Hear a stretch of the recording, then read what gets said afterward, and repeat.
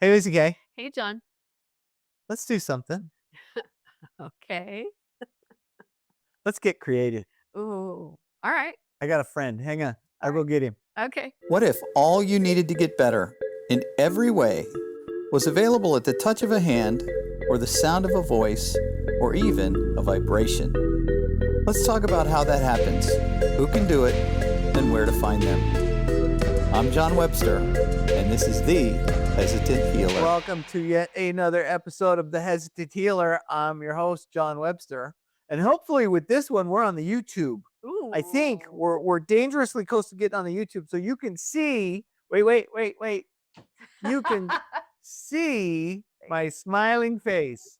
And I'm here with the happy sidekick who's blind at this point, There we go. Now I can see. Lisa Kay. Hi, everybody. See, if you don't have us on YouTube, you can't see that she had her glasses off and she was poking herself in the eye. And you might notice that there's a third person here, and that guy is Professor Matt Webster. Can I call you Professor? You can. I'm not officially currently a professor, but I was for many, many years. So you're just a bum? Professorial bum, I think we can say. An academic bum. Professorial, an academic bum. Wow. And you're like a really fart smeller, and you direct plays, and better that you say it than I say it. What are your credentials, sir? So my credentials are that I have a master's degree in theater education and an MFA in theater for youth. I was a professor of theater education and theater for youth for 15 years and ran a program that taught teachers how to teach theater. I've also been a teacher in a public high school. I am also a director, published playwright, and book author on how to teach theater in a school setting. So I'm a creative artist as well as being an educator, and I'm also a consultant theater education. So my world is theater and all things theatrical. Nice. And what do you do for money? That the educational consultant part, that's the part that works. Did you see how Lisa Kay took that as a serious question? She's like, oh my God. Lisa, he's my brother. He gets it. Me and him were like this. Okay. Right? Okay. Yeah, we're I'll like just this. put up I'm the one over here. No He's one like, cares. can you hear this? Let me turn it up. So we're going to talk about creativity today, and creativity as it relates to, what do you think, Lisa? Healing, well-being. Well-being. Lisa Kay, Hey. I'm going to ask you first. Okay. Why do you think creativity can be healing? Well, back in the ancient days of my life, Did you just burp? I did. Excuse me. I'm sorry you guys can't. If you're not on YouTube, I'm really sorry you guys can't see that. Okay, go ahead. I taught preschool. Tell us about the ancient times. Well, we rode to work on dinosaurs. I was a preschool teacher and an administrator in an early childhood development program. So here's an observation. All kids are creative. They like to play with finger paint. They like to color. All kids are athletic. They run, they jump, they play. All kids are smart. They learn. I mean, they learn at different levels, but everybody has these innate abilities as youngsters. They all get a trophy now, too. Okay, that may well be, but here's the point. At some point, we tell them they are not good drawers. They are not good at singing. You know, I can think of all those little pageants I had with the kids, and they all stood up on the stage and they all sang their little songs. We tell them at some point, you're not a good singer. You're not good at art. You're not good at this. You're not very fast. And so they stop doing the things that they think they aren't good at. I think that we know innately that it's fun and it's good for us. It helps us express. I had one of my own children was a little wild as a child, and they would put him off away from everybody and give him a crayon and let him just drop. I think it's just innately a part of us, and at some point in our lives, a lot of us turn it off. So Lisa, let me piggyback. So the answer, Let me piggyback on that for a second, because you make a really good point, and I can add on to it based on the things that I've learned and the times I've had in classrooms. Children learn with their bodies. Small children, from the time they are born to the time they enter school, learn through their bodies. They learn through touch, they learn through movement, they learn through interacting with the world. And they physically need to learn in that way. And then they get to kindergarten, first grade, and they are told to sit in a desk, to sit still, and to learn only between your ears, not with the entirety of your body. And for many children, that is the beginning of the end of liking learning, of liking school, because it's incredibly constrictive and it's limiting their input from areas that they have used up to now their entire life. They no longer get to touch things and taste things and smell things and roll around on the floor and interact with things in very tactile and active ways. And the further they move up the scale of education, the more and more confined they get. So creativity is, in fact, taken out of the equation and then made very regimented on top of it, right? We go to art class, we go to music class. And as you say, we learn that there are ways to do these things wrong. if they even have that. If they even have them anymore. Yes, absolutely right. Let's take the art programs away. Let's take the theater programs away. Let's take wood shop away. Let's take mechanics away. Right. Let's drop the sports unless they're making us a shitload of money. And let's have robots teach you and learn online. Right. And is it any wonder that kids get absolutely dejected with what happens in the classroom? They lose interest. There's attitude issues. There's attendance issues. There's all these other things. And in fact, John, I know you for a fact, and probably you too, Lisa, at some level, there were plenty of students that I had who the only reason they came to school on any particular day was because they were going to have art class that day. They were going to have theater class that day. They had a recital rehearsal in music. That was the one thing that got them out of bed and dressed and dragged their butt to the bus stop to go to school. They're not excited about the big math test that's coming up. It's about those creative outlets that give them the, like our brother Mark, to connect. So That's funny. I agree. Yeah. Totally. I get excited about this stuff. I do too. And so I've told the story several times on the podcast here about the only way I learned about anatomy in massage school was through the coloring book, and then through touch, and then actually seeing the thing, because I could not learn it from the book. I could not learn it by looking at I can't see through the thing. By looking. Please don't use that on camera. You can't do that on camera? They say that's bad to do on camera. So sorry. Oh, I'm so glad we're professionals. This is awesome. Okay, keep going. Oh, wait. There it is. There it is. Yeah, the audience likes it when the audience really likes it. So learning is, for me, in a lot of ways, a tactile thing, and never by book, right? I to this day I still like being read to as a learning tool. God, I hate that. Right? And so creativity for me, in a depressive state, I don't feel creative at all. Right. But see, I think that's a clue. That's a clue. And sure. and the first thing that came back when I started microdosing mushrooms was creativity, and didn't realize that the absence of it had been a thing. I agree.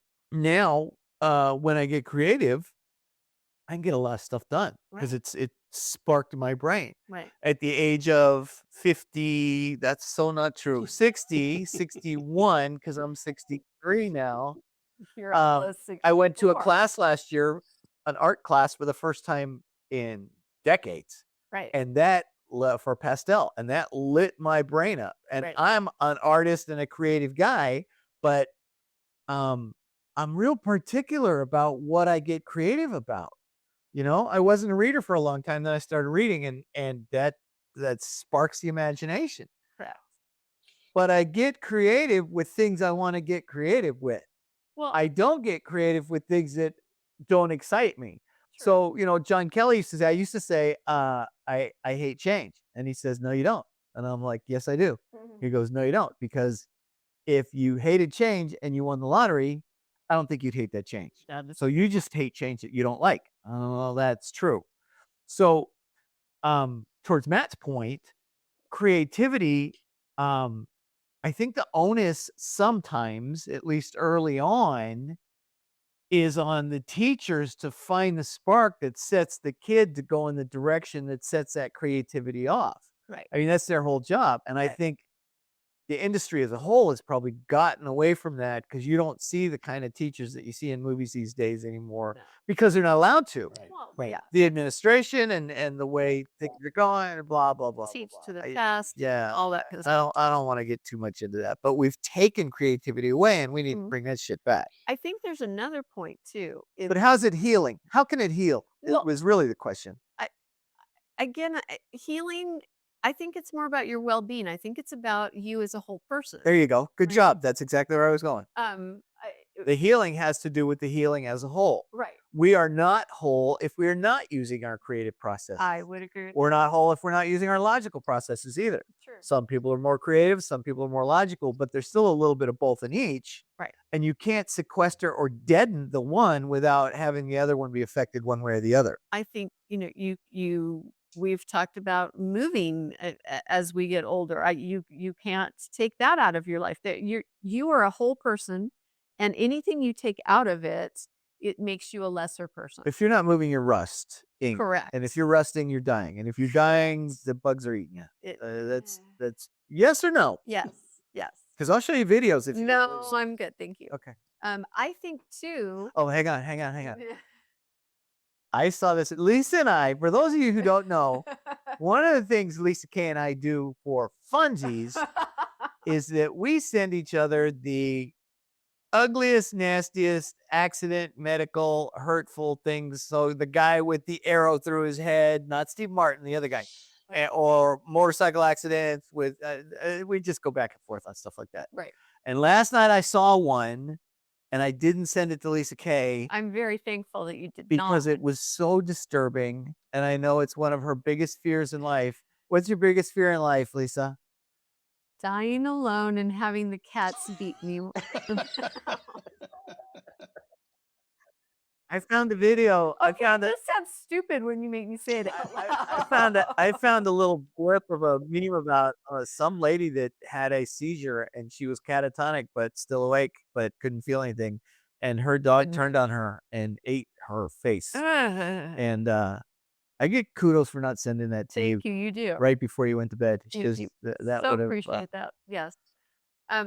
But creativity, go on. So I think I was thinking about, because I've revisited some creative things that I started again in my advanced age.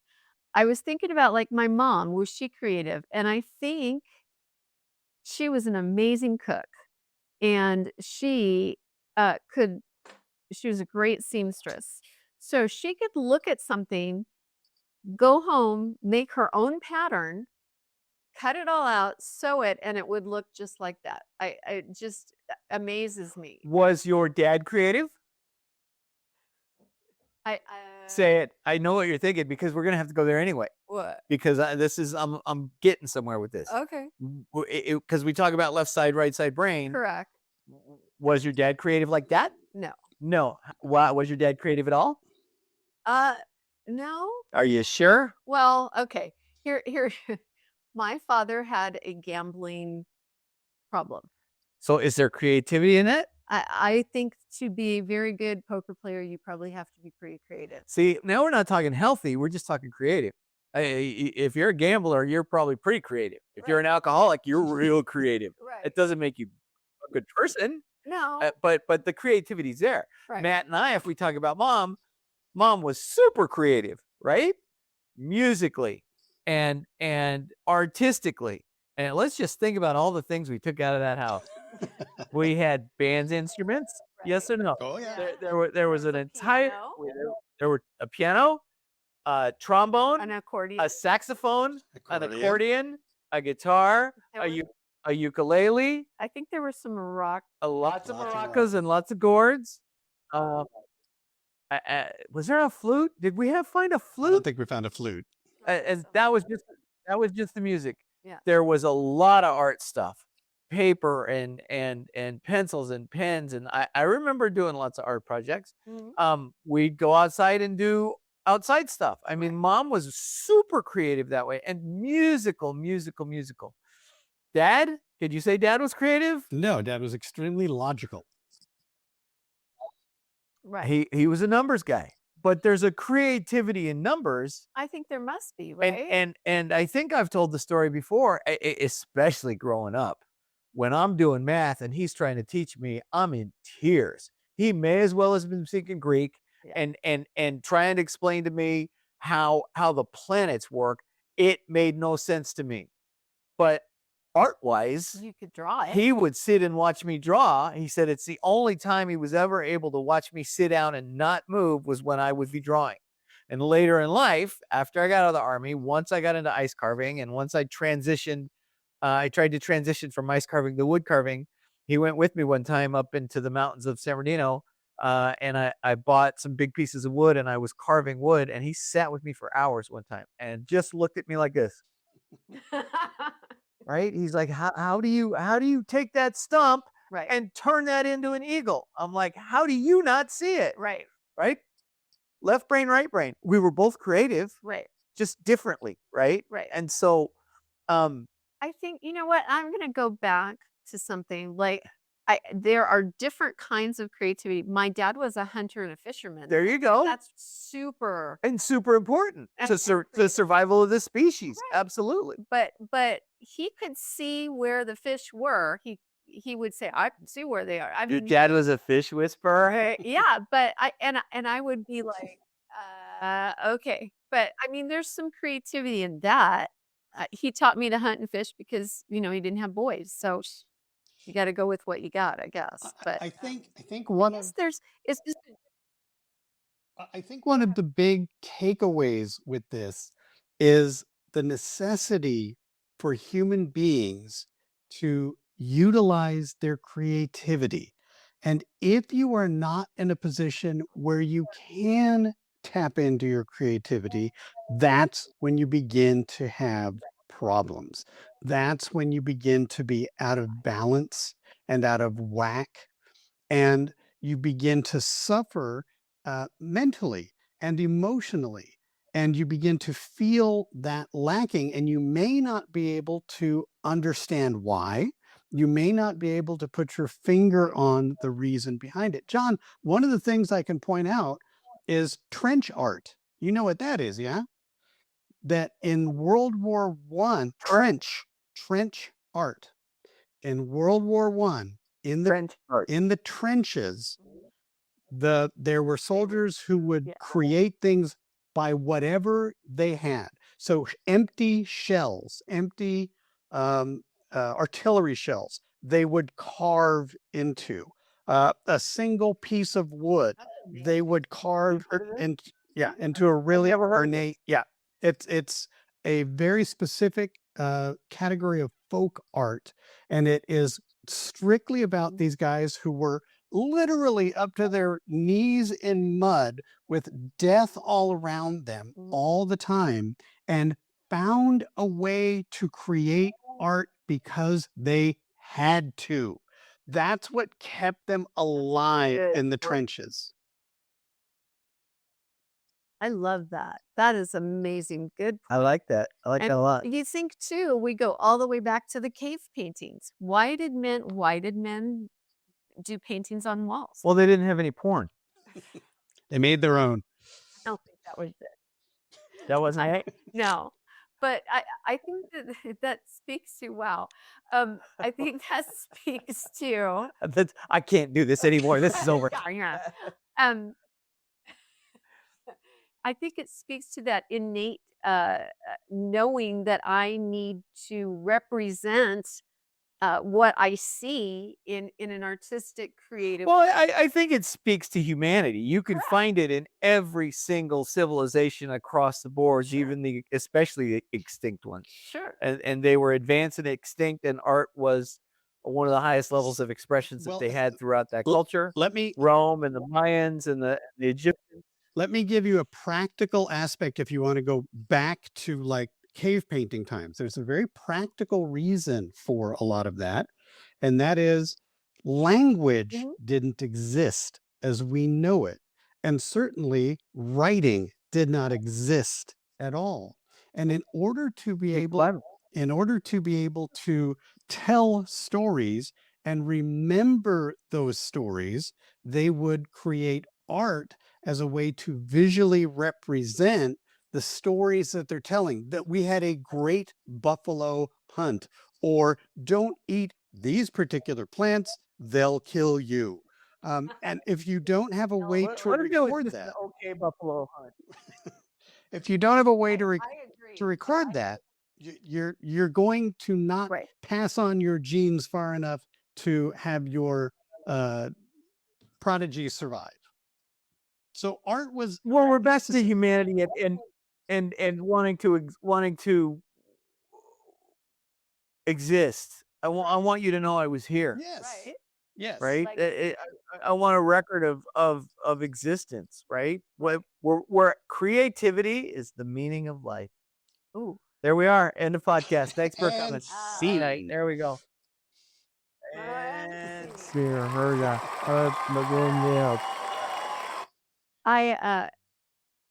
I would agree with you on there are times when I don't want to do it, right? Yeah, I mean that speaks to the opposite of it. And there's days where I just don't feel creative, and no matter how hard I try. But are there times where you force the creativity and it's kind of sparked it? Yeah. And keep I mean it's a balance, I think.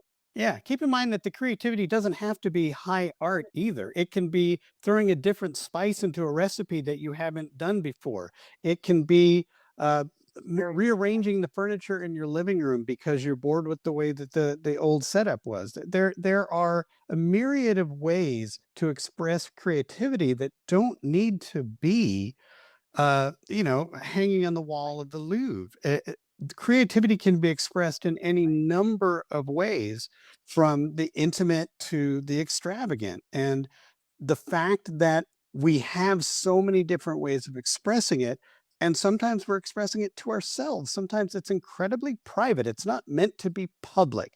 And that goes back to some of what you're talking about, John, that it's about the human condition. It's about a human need. And whether or not what you create is meant for public consumption or just for your own sense of well-being, the urge is the same. Correct. I agree. Yeah. In high school, it was whatever you could turn your peachy into. Remember the peachy? Oh, I remember peachy. All kinds of graffiti. Or could you fold a piece of paper like a flag and play football with it? There you go. Oh, and the answer would be, in my case, no, I could not do that. That was not in my wheelhouse. But you had boobs and you could run. So okay, I guess I survived. I didn't have boobs and I could run. From what I understand, it's easier to do without boobs. So you were okay. I think it's innate, and I think it has to do with tuning into being your whole personage. We are mind, body, spirit. And when you take any part of that away, you've taken away a part of your well-being. Do you think, here's a question for everybody, because you just had a birthday, brother. creativity slows down as you get older? I'm going to say no. It doesn't Think have of all to. of those stories. You think it has No, to? it doesn't have to. It doesn't have to. Oh, it doesn't have to. Okay.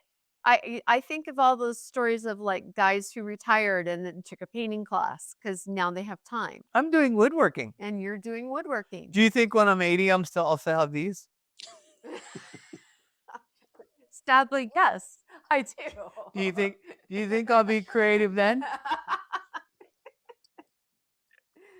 I hope so. I think, yeah, like I saw something like an article about, That's a coincidence. I saw something too.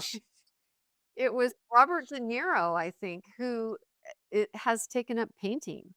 And just He's always been a painter, no? has he? I don't know. Anyway, and it intrigued me because he's one of the actors who happens to be older than me. So that's always a good thing when you see And there's very few of them anymore. Thank you. Yes. Clint Eastwood. Didn't he pass away? No, he's just older than you. Oh, okay. All right. So, I think sports is creative as well. I think there's a Oh, absolutely. a creativity Absolutely. to I mean, that. that feeds physical, but discipline too. Wow. And you don't necessarily have to have discipline to be creative, but if you're disciplined and creative, what? You make money? I don't know. Not necessarily. So, I don't- John, I think question for you with the age and the creativity section here. Speaking of age. Speaking of age, of age, you're always older than me. Do you think it's necessary or important for people to maintain their creativity as they get older? And if so, why? Yeah, it's the same as staying physically fit because there's a mentality to I'll tell you why. David Eagleman is a guy that I listen to on a pretty regular basis. He is a Stanford brain neurologist guy, and he has a podcast. You should listen to it. It's David Eagleman, and one of the podcasts. I think so. All right. Um, That's not very creative. well, okay, now you're gonna make me look this shit up, Well, this which I can tell us do. your point, and I will look it up, and we'll put it. I have it right here. It's right here with me. It is. Shut up. It's called Inner Cosmos with David Eagleman. It looks Okay. just like. It doesn't look like that. That's wrong. It looks just like that. Okay. Everybody, there we go. All right. Inner Cosmos. There you go. So, I've told this story before. It's the thing that got me into this guy. I think he wrote this article and it ended up in the Atlantic. But when he was a young boy, he thought he could fly and he got up on his roof and he jumped off the roof with a parachute of his making, like a bed sheet. And he was trying to parachute and it didn't work out so good. And he remembers falling backwards. And as he did, time stood still before he hit. He's the one, right? Okay. All right. Now, it's funny because I don't know if you remember, Matt, before you were pretty young, but when we moved to California, we lived in the first house on that cul-de-sac. And I tried doing that on that house. I remember jumping off that roof and it didn't work out so good either. Anyway, he remembered this and it stuck in his brain about time and standing still and not moving. And as he went to college and became a neurological guy, he decided to chase that and try and figure out what made time stand still like that and could he reproduce it. And eventually he came up with several experiments that had to do with the same type of thing that he had done, falling and time constraints. And ultimately he tried roller coasters and he tried scaring people and he tried a lot of different things. And there was an option that had a clock where if you were super scared and you looked at the clock, did it change time, that kind of thing. Ultimately, the experiment ended, I think this place is in Ohio. Okay. It's a giant chimney, like a stack of a chimney. And there's a net over the top of the chimney. and you lay down backwards in the chimney. No, no. And they yank the net and you fall backwards into this No. dark abyss. Oh, No. it's a ride people pay for. No. So he put people in this and he put the clock up and he wanted to measure them. He had them wired up and wanted to measure them and see if time stood still while they were doing this. Doesn't that sound horrific? That sounds horrible. That's like Yet there's everything I hate. people who think this is fun. Mm.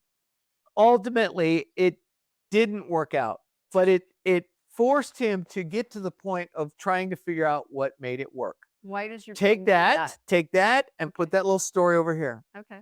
I've told the story before. I think I just told it recently. It may even been on this podcast a couple of times ago. Mhm. Matt, you've seen Blue Man Group? Yep. You ever been to Blue Man Yep. Group Yep. in Vegas? The first one, the big one, because you and I went and saw it one time in Vegas. It was not the same show, but the original big show on the right-hand side of the stage when they're getting ready and whatnot, big cylinder. Sure. And I think I just told this one. I Yeah. just told this, yeah, with the big cylinder and there's water in the pipe and all of that, and then they have these several different figures that look like foil figures in various forms of dance. And sometime during the show, they explain TV and brain gaps in the way movies work, and your brain fills the gap Mhm. of what it actually sees because it's locked in this vault and doesn't have any input except for eyes and ears and taste. Your brain can't see nothing. It takes input and it makes its best guess. Right. That's why you can have 5 people look at a crime scene and you're going to get 5 different stories answers. because they all saw it from a different perspective based on their entire life of experience and based on their best guess. Correct. So the answer to the question of how can you drive to work every day and you don't even remember going from point A to point B, Right. is it because your brain shuts off things that it already knows Right. and only gets excited when it sees things that it doesn't know? It's seeking So, new things. so you hear old people talking about life is moving so fast and I wish I could slow it down. Those people are in rote memorization and doing the same thing every day in and out. It's the ones who go do different things, Right. take a different path to work, take Exactly. a different walk somebody else's dog. Tell them you're going to do it first. Go on different trips, go find new friends, join a club, lots of different things. Your brain has different input and keeps you younger and keeps time from standing still. Right. And you don't lose those gaps, right? Correct. It excites it. So the long answer to the short question of, do I think it's important as you get older? 1,000%. Because if you want to stay young, if you want time to not feel like it's going too fast, you want to try different things, new foods, new smells, new sensations. I'll tell you, I think I told you this, Matt. When we went through COVID, one of the ways I figured out, because I didn't have a lot of the symptoms, even though I knew I had COVID. And then we were at the house. We were at mom and dad's house. We were cleaning the house. We were with our other brother, me and my brother Mark. And I farted. And I didn't smell it, so I didn't say anything. And then Mark walked in front of me and went, "Dude." And I went, "I've lost my sense of smell." But right away, because I do what I do, I had a great chef teacher at the end of my apprenticeship when I was a chef.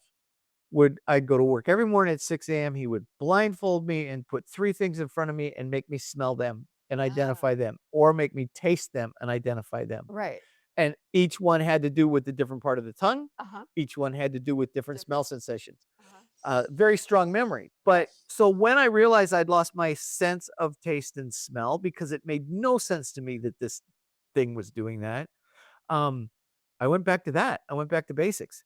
I started scraping lemon peels and smelling the lemons, super strong smells, sticking my face into the coffee grounds and smelling the coffee grounds, tasting bitter, sweet, sour, umami. There's one other one, salt, sweet, Salty. salt, and forcing my tongue, because if you do that, if a lot of you have never experimented with this, but if you take the different taste sensations and put them on your tongue, if you put it in the wrong place, you won't taste it until it gets to the part that you can taste it at, Correct. right? So when you don't have a sense of taste, force it, because what that does is excite one brain cell, but area of the brain at a time, Right. so that it can turn those sensory perceptions back on. Mm. And so I did that with my sense of taste and smell. It took 2 weeks and it came back.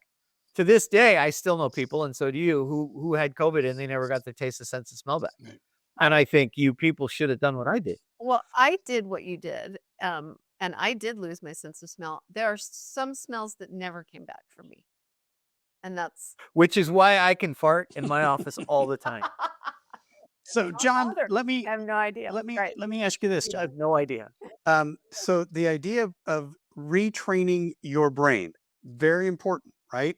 And challenging your brain, and especially when you talk about aging and well-being and things to that effect. So you have done art for years and years and decades, but you've only recently really taken pastel seriously. What challenges Correct. do pastels provide you that are causing your brain to refocus, that is causing you to think about art differently, that is creating a new creative avenue that you have not tapped into heretofore? My brother Matt, the teacher, ladies and gentlemen. And I love Matt, the that. teacher. Wait. Here we go. I really wish you'd never shown that puppy.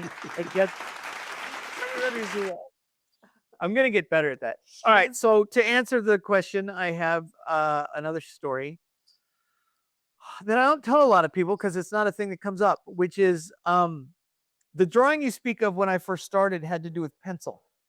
And when I discovered drawing and when I discovered I could draw, because I don't understand how everybody can't draw, I realized it was a very natural thing, right? Like ice carving. I don't know how you can't carve everything that doesn't look like a swan. It just seems natural to me. It took a long time to realize that was a thing I had that not everybody has. Correct. But I did pencil drawing for a long time. I didn't train. I didn't go to an art class. I just inherently knew how to draw, and I used a pencil, and that made the most amount of sense to me. I think that first picture I have of the rose that I drew for Mom, 13, 14 years old, I still have that today. In college, so before I got into culinary arts, I was in college for art because I decided that's what I wanted to do, and I went to a real class with a real art teacher who taught about shading And perspective. and perspective and all of those things. And then it's like, oh, and light, how light shines and what normal artists do to the different shapes and all of that stuff. And then when I have something I'd been doing for a long time and then I see these things, my brain's like, oh shit. Oh, popcorn goes off. And then my art elevated. I did some painting and some chalk back then, but what I really liked was the black and white. And eventually, in that time frame, I discovered pens, black and white, because I liked black and white, right? The really, really fine pens. Right. And I, unbeknownst to me now, but I did pastels at the time in college. But you get these big sheets of paper and you have a model in the middle and you sketch all this stuff out and you play with colors or whatnot, but it wasn't really focused and it wasn't really driven. It was just a creative outlet. And then I discovered cooking. Again, I've told the story of all those pieces of art that I did in college that I really liked were rolled up and taped and put in the garage for years. Oh, no. Because it was me and a piece of me, and you weren't going to have it. And I couldn't price it. I couldn't sell it. I wasn't doing it for masses. I did it for me, and it was a part of me that came out of me, Right. and you can't fucking have it because it's my stuff. Well, it's a part of your soul. It was a part of my soul, and it felt so personally. I didn't understand why I couldn't sell it or why I wouldn't sell it. I just couldn't do it. Shortly thereafter, when I got into cooking, and cooking really made sense. Somewhere in the middle of that, I bumped into that drinking buddy, girl slash friend slash person when we were having this conversation, and she was a medical person, and she said, I said, I don't want to sell my stuff. I don't understand why I can't sell my stuff. She says, look me dead in the eye. She goes, if you're sick, you won't hesitate to spend any amount of money to go to a doctor because he's been to school and he knows what he's doing and he has what you want. He's the expert. You have a gift. You know how to do something that most people can never do, and they will pay any amount of money to get it. And I went, oh shit, that totally makes sense. It was a long time before I got that because I was still cooking. Now, what I learned when I got and drinking, when I got sober, because I had those things in my garage for a long time and couldn't get rid of them. And then I was in a marriage that didn't allow creativity to come at all. I sequestered all creativity because it was made fun of. My mother hated my art, by the way. The wife hated my art, mostly because I like drawing naked people. But it blah, blah, blah. But I mean, I was not in a place where creativity was allowed or fostered. Therefore, I didn't do it. The caveat was I didn't realize my creativity was in cooking. And the chef who saw that in me locked me in a room with 3 carousels worth of slides from culinary exhibits all over the world. The stuff that you guys see on TV right now and take for granted hadn't happened yet. And so he had pictures from all of those things, the Culinary Olympics, food shows, ice carvings, chocolate sculptures, sugar sculptures, the high-end food from the 70s and 80s of Jello molds and pâtés and aspic. But he locked me in that room and said, don't come out until you've seen all these pictures. And then I'm like, oh my God, cooking, yes. And then he taught me to ice carve. And then I surpassed him in ice carving because it made sense to me. What I learned when I got sober almost 10 years later was I could make the same amount of art to the same degree of art that you would pay any amount of money for, and the ice carvings would melt, or you would eat the food.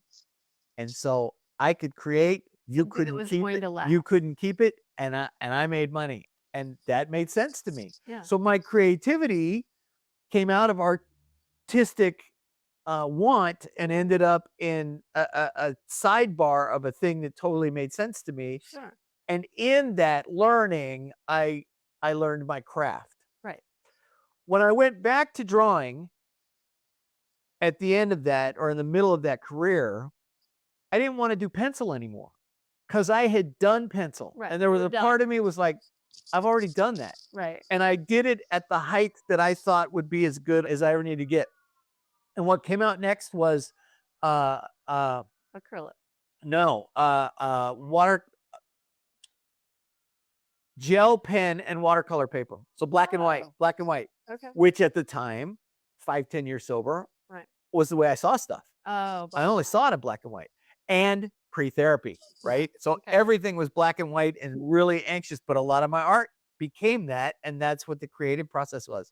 And that long story, which I've told before, that long story ended in a culmination of selling a piece for $1,600-1,700 that I created on the couch for 3 hours in front of the TV, and the marrying or the engaging and marrying of Lisa, of my wife. And so that solidified art, creativity, making money, love, and being able to give it to people and make money for it. And but you know what? and then that kind of disappeared, and I got into more creativity, and I was still cooking and blah blah blah. And then I got into a funk, and I've done a little bit of this, a little bit. I've done murals over time. I've done people's ceilings over time. I've done kids paintings over time. It kind of fostered that. Right. But I hadn't done anything. And for years, decades, I said, I don't want to do this as a job. I don't want to make art as a job. I don't want to, I thought it would take the fun out of it. So I did learn to paint. I learned acrylics. I was good at it. I started painting again. 2 years ago, I started painting just for fun, and I fell in love with it all over again. And just for, I went to a art show and bumped into a lady who did pastels, and I really liked the pastels that she was doing, and I really, really saw something in it. There's also a local guy that I've seen here for years who it's like I tried it actually 10 years ago, and I was not good at it, and I'm fuck it. And If so I'm you not just good at it, I'm yeah, not I'm doing not it. gonna do it. If I can't be like that guy, I'm not gonna do it. Right. Anyway, I bumped into this lady. She's teaching a local class here. You know what? I told the wife I'm gonna take this class and just go see. 5 minutes into this thing, I'm on fire again because I see that it's Get got a it. possibility, and I get it, and I have somebody that can teach me and guide me in a way where Right. I've learned something that clicked in the middle of the brain, and right away I start getting feedback from the other members in the class who are all doing like the teacher, Right. and they're all coming up and looking at mine going, I've never seen anybody do something like this. So it feeds the ego, which is a big part of how the art works. But for years, I've taken thousands of pictures that someday I'm going to paint. And now I found a medium that I can do that in. Right. And so it really zippered together the ego and the money and the joy and the love and all the things that make it work. I have to say, Did that answer the question? Yes, go. Major I want to hear Lisa. caveat, I'm I get that you want to sell your art, and you should sell your art because it's amazing, and everybody should own a John Webster. But there's some gorgeous stuff on the wall that we have in our office that we have available for sale if anybody's interested. It's still a beautiful piece, even if you haven't sold it. Right. No, I don't know that the judge of art or the judge of creativity is that I get it's monetized. No, you create. Yeah, that's exactly right. I mean, in a somebody buys a piece. Patron? Collector, No, keep going. curator. Somebody wants me to paint a piece for them. It was a Commission. for a commission piece. Thank you. We're so smart now. For a commission piece, you're doing exactly what they want. In fact, I just did one for my sister-in-law, our other brother Mark's wife, Sarah. And it's the first time I've ever done a commissioned piece where I got feedback in real time. Right. I've always commissioned like I did ice carving. You're going to fucking take it. And if you don't like it, you're still going to pay me. Right? In this case, it was like, I did it. What do you think? I don't like this. I don't like that. I changed it. What do you think? Try this and this. And she got to make it a way that she wanted it. And then I sold it to her because it was, and she loved it. That was new for me. So there's another new avenue, but it's always been take it or leave it. And I'm starting to push and pull away from that in a commission piece. With what you're talking about, I'm doing it because I love it. Right. And I don't care if you don't like it or not. I did it because I loved it. Right. And what's over the years, what's really caused a great deal of joy in my art, which has really only been a couple of times, is that somebody loved it as much as me, and they wanted to put it on their wall because they truly got it. Right. But see, that's affirmation rather than monetized. But what that does to my heart and my soul when they see it the way that I see it makes it worth it across the board. It's lifetime. Even if it's only been 4 or 5 times. Right. Those 4 or 5 times have made the entire process worth it. Exactly. Including the rejection. So let me agree. talk for a second about my art, because my art is different from yours. The plastic arts, the plastic arts are very different from the performing arts, because one of the major things about the performing arts is that they are transitory. That means that the performance I create, the art that I make, if you see a production of a show, if you go to the theater or you go to a concert and you see that show, what you saw will never be again. Yes, they will play the show again the next night, but the person who coughed at the wrong time, it will never be the same. And even if you capture it on film, it's not the same as what happened in that live moment, because what happens in the live moment is something that we refer to as the audience feedback loop, which is I'm on stage, I said something, that something is funny. The audience hears the funny thing, they laugh. I hear them laugh. That causes me to react in how I'm performing and do something that maybe I haven't done before. That gets another reaction. I hear it, and we are now in this loop between audience and performers. And it's an amazing feeling. It's that that validation that you're talking about, John, in real time, second by second, moment by moment. And at the end of the night, the curtain falls, you take a bow, and it's gone. And you cannot ever go back and get it again. You create something that exists tangibly. Even if it leaves your possession, you can go back later and look at it, or you can look at a picture of it and have a decent facsimile of it. What happens in the performing arts is that once those moments are gone, those moments are gone forever. There are certain productions of plays and things that people talk about they changed the world, but we'll never see them and we'll never experience them. And more than that, let me add one more thing, that this is something that just absolutely blows my mind. Um, it's possible in the performing arts and theatrical arts to have a failure as well. You have a bad performance, a bad night, the audience doesn't laugh, you don't get the reactions. I've talked to friends of mine who are musicians, and it's a different mindset with musicians. With musicians, if all of them are on stage and are really jamming and really enjoying it, they don't care about the audience. It's not about the audience. It's more of what you're talking about, John, that it brings you joy. And the fact that then somebody else gets joy from it is a secondary idea. It's icing on the cake, but it's not necessary for the value of that creativity, for the value of that moment of joy and community that these people are having and sharing their creativity, that they feel and appreciate and enjoy. The fact that we as audience members get to share that with people is the real magic of those moments. And so what you're talking about, that there's someone who says, what you have created, this piece of art that you have created brings me joy, the same kind of joy that you feel looking at it or in the thought of creating it, is that same kind of shared moment, which I think is something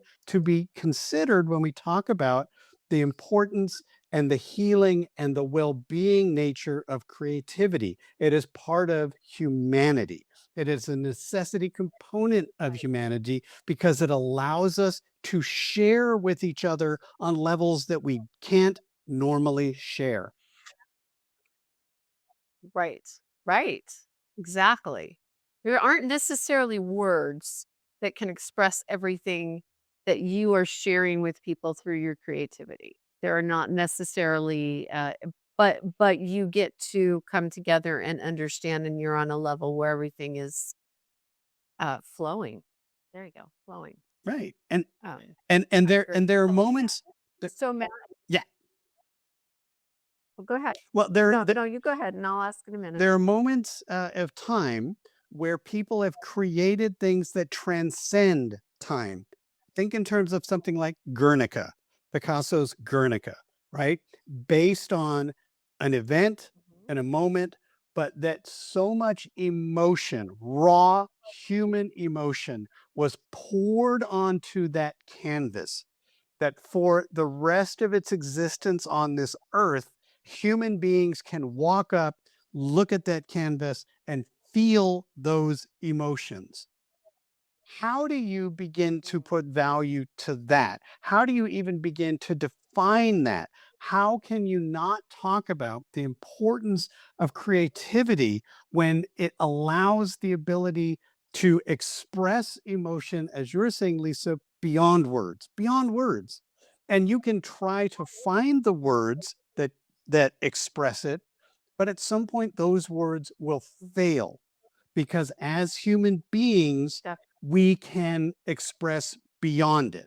We might not be able to effectively communicate it in language, but there are other ways to communicate. And that's where art and creativity comes in, that ability to connect with emotion and share emotion to emotion with other, not just human beings, but strangers and potentially strangers across space and time.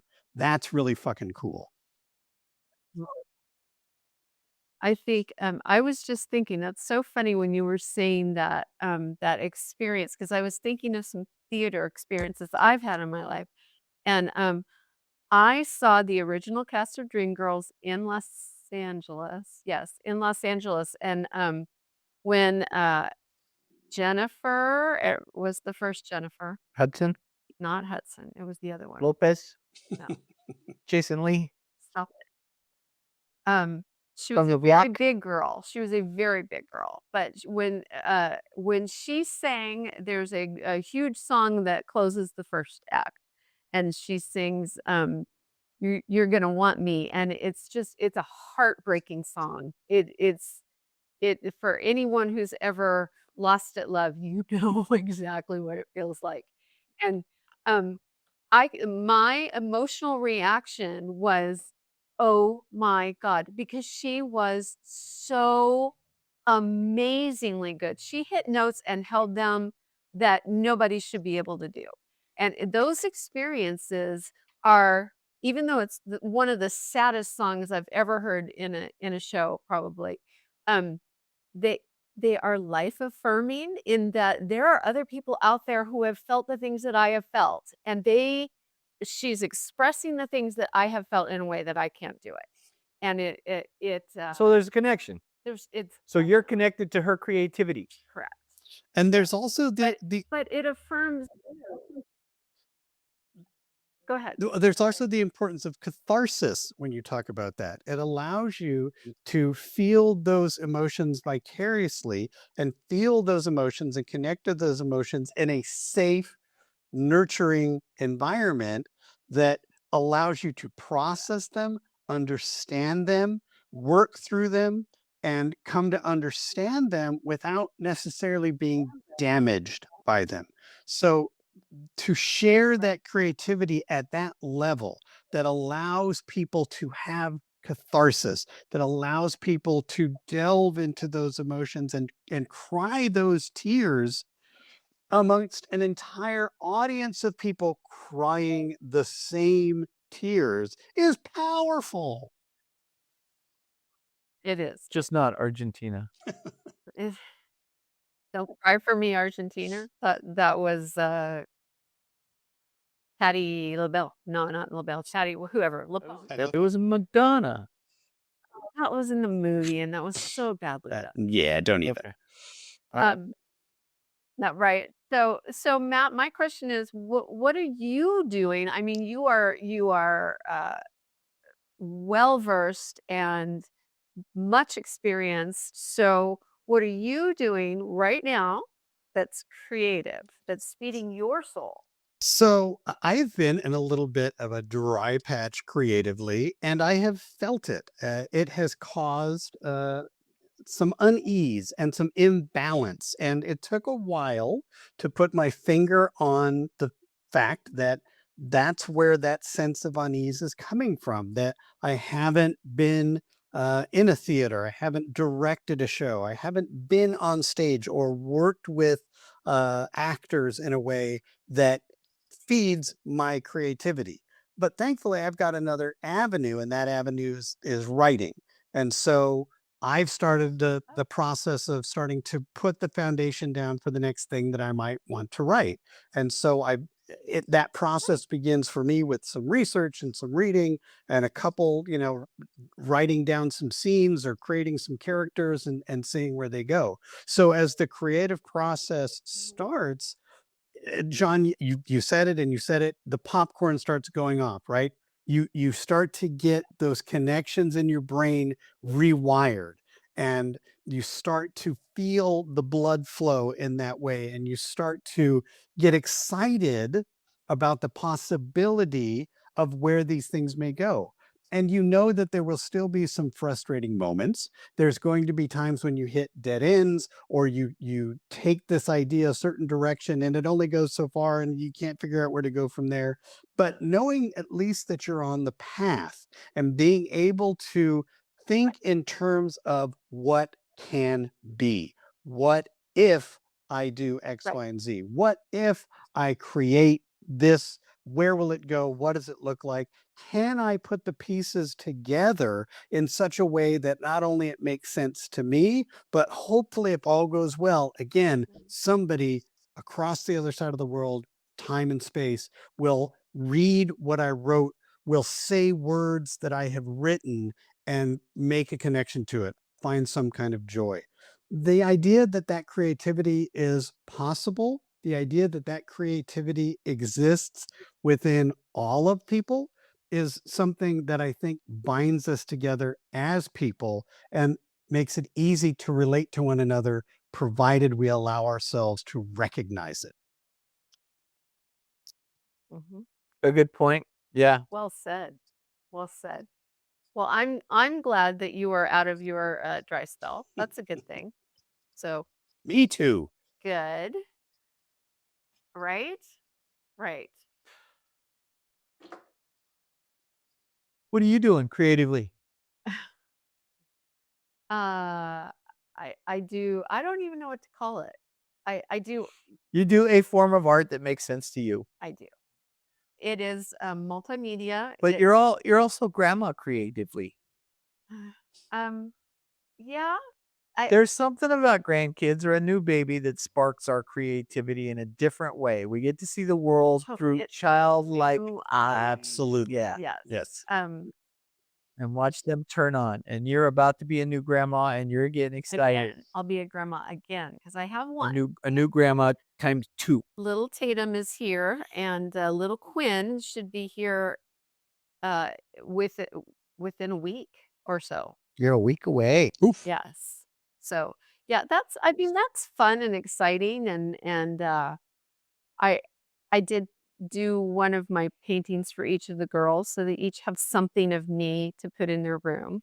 So that's kind of fun, I guess. Yeah. Yeah. Cool. Yeah. All right. I think we've stomped the grapes out of this bitch. Is that a saying? I don't know. It is now. I guess. That was very Thank you for creative. that. Well done, John. We stomped the wine out of these grapes. We stomped the wine out of these grapes. That's what I meant to say. Yeah. Okay. Stomping the wine out of this bitch is a whole different thing. Oh God. And that's where it all went downhill. They got internet sites and people can get arrested for that. All right. Well, my brother, it's been a hoot. Thanks for bringing that up. If you have other stuff you want to talk about, holler and we'll just do this. I like this new platform. Well, Teresa K, what else you got? Anything? Do I have anything? If you have any ideas out there in YouTube and podcast land, if there's something you'd really like to hear us talk about, because we're fun, please let us know. I'm ready to talk about a client too. We need to find a client we talk to and Yes. tell us their healing. If you have a healing story and you want to be on this thing, give us a call Yes. and we'll put you on. What the hell? Yep. Or if you'd like to buy some art. Or if you like to buy some art, because I got lots of art for sale. Yes. All right, be good humans. No, that's my line. Oh, sorry. Y'all do the best you can possibly do.